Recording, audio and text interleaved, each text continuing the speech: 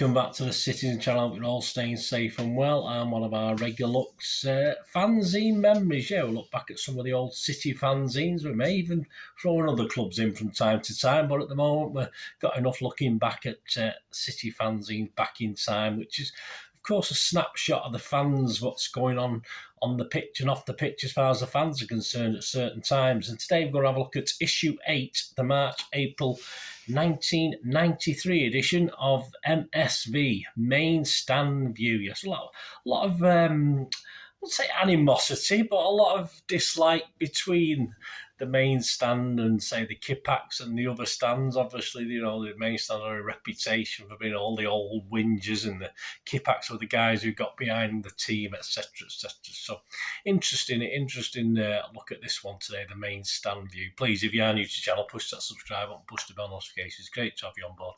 Everything's City, past, like this one, present, and forever, of course. And if you are pushing buttons, you can press that little like button. I'm trying to get up to about 15, 20 likes for these City vlogs. If you can help me out towards that target, it'd be most appreciated. Yes, this was put together by Steve Welch, who was based in Prestwich. Yes, that's where I was born, guys, in Prestwich. Of where I was born is part of Heaton Park. Now it no longer exists. There's old prefabs after the war. Of course, I moved to Withington at the age of, I think, 2 years old, but that's where I was born, Prestwich, yours truly. Just 20, this is it, just 20 A4 pages for this one. So, sort of blue cover, but only because it's blue paper and obviously white inside. Standard layout for the time, in fairness. And then the tagline for this one is the first Citizen to appreciate Ricky Holden. Yes, poor Ricky Holden. So let's have a look at what's inside this snapshot of City in spring 1993.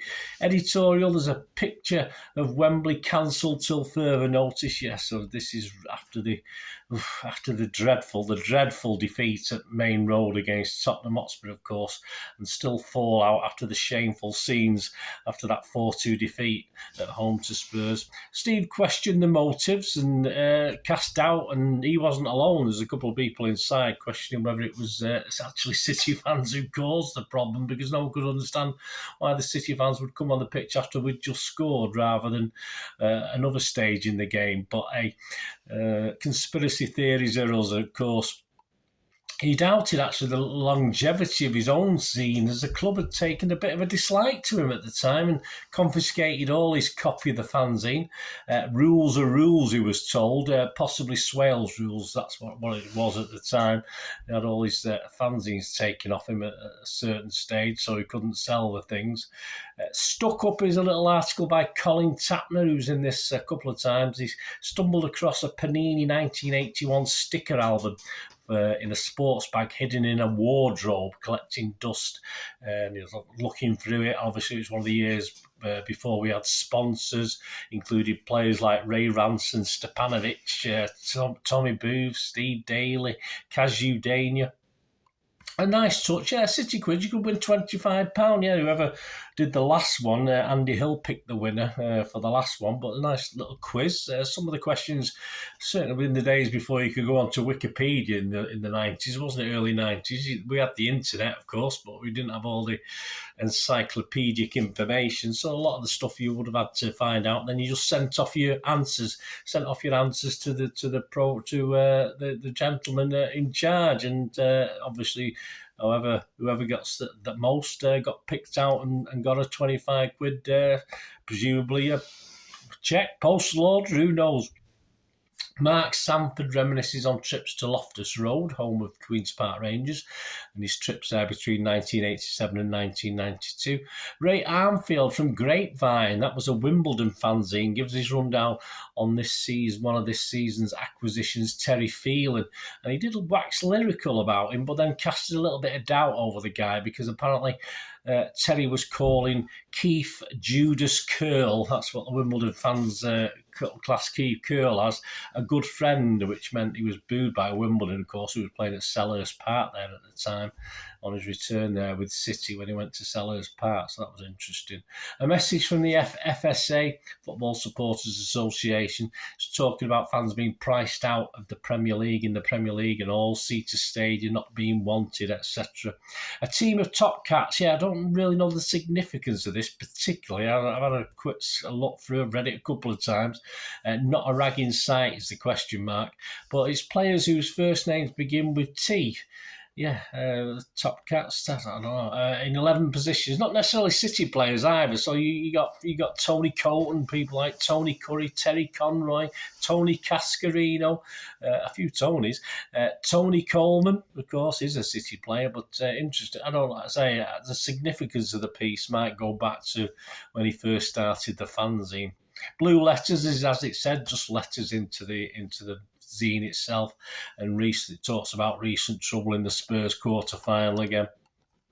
And a letter about why Cantona left Leeds, as he was apparently sleeping with teammates Lee Chapman's wife, a certain Leslie Ash at the time, but I think we probably knew that or didn't know the rumours on that one.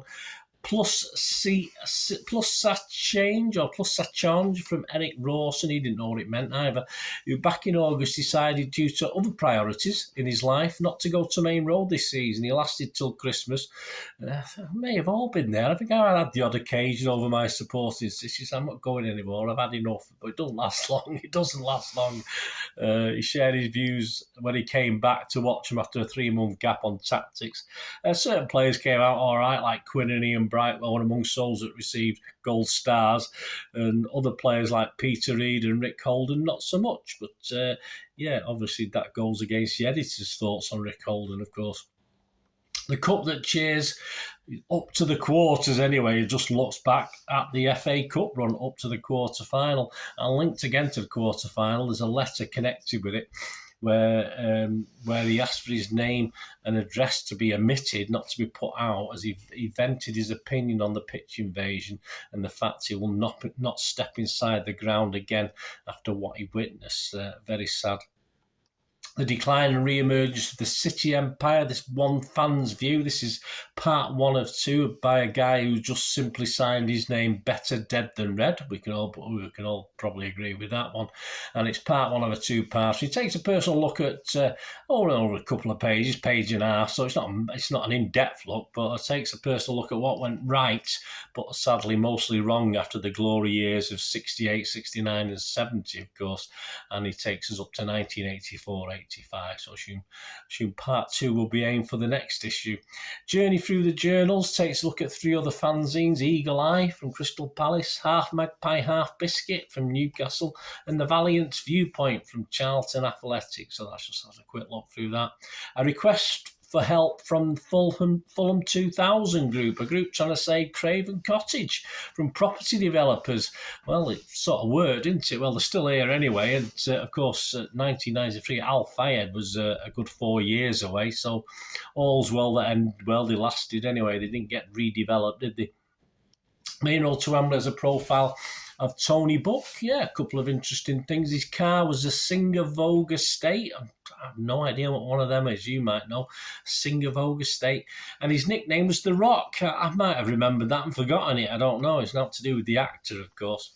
And back page is City fans down the years, a crazy, long, suffering, loyal bunch. And I thought I'd just read out the article because it's just key points and key things that showing the loyalty of the City fans, really. So we start in 1934, which we all remember, as far as the figures concerned. 84,569 attendance. City's cup tie with Stoke, a record outside Wembley or Glasgow, which will never, ever be beaten.